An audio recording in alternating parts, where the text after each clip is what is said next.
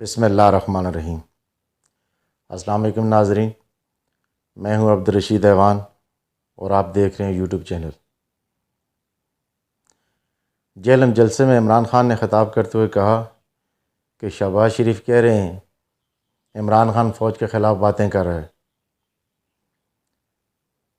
شہباز شریف تمہیں شرم آنی چاہیے، میر جعفر تم ہو۔ میرا جینا مرنا پاکستان میں ہے، میری جائیداد پاکستان میں ہے، میرا نام ECL میں ڈال دو، میں پاکستان سے باہر جانا ہی نہیں چاہتا۔ میں نے 20 سال باہر کرکٹ کھیلی، سارا پیسہ پاکستان لے کر آیا۔ نواز شریف بھارت گیا تو مودی کے ڈر سے اور نیت رہنماؤں سے نہیں ملا۔ ڈان لیکس میں نواز شریف نے کہا میں تو بھارت سے دوستی کرنا چاہتا ہوں لیکن فوج نہیں چاہتی۔ مودی نے کہا نواز شریف میرا دوست ہے لیکن راحیل شریف دہشت گرد ہے۔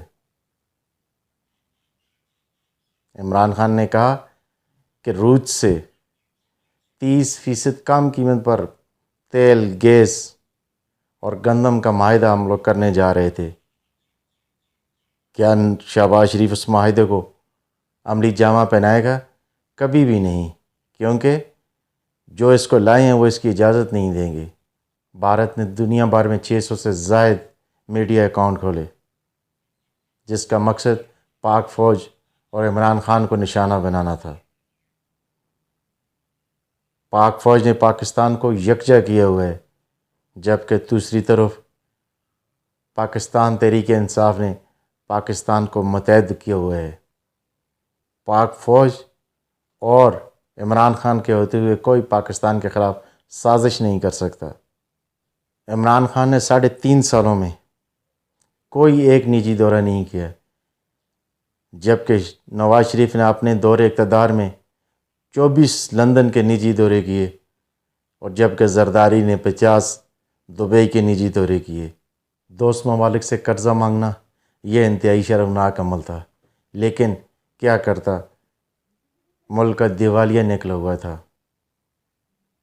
30 سالوں میں نواز زرداری نے اس ملک کو بڑی بے دردی سے لوٹا، جس کی خاطر ہمیں دنیا سے، دوست ممالک سے قرضے مانگنے پڑے۔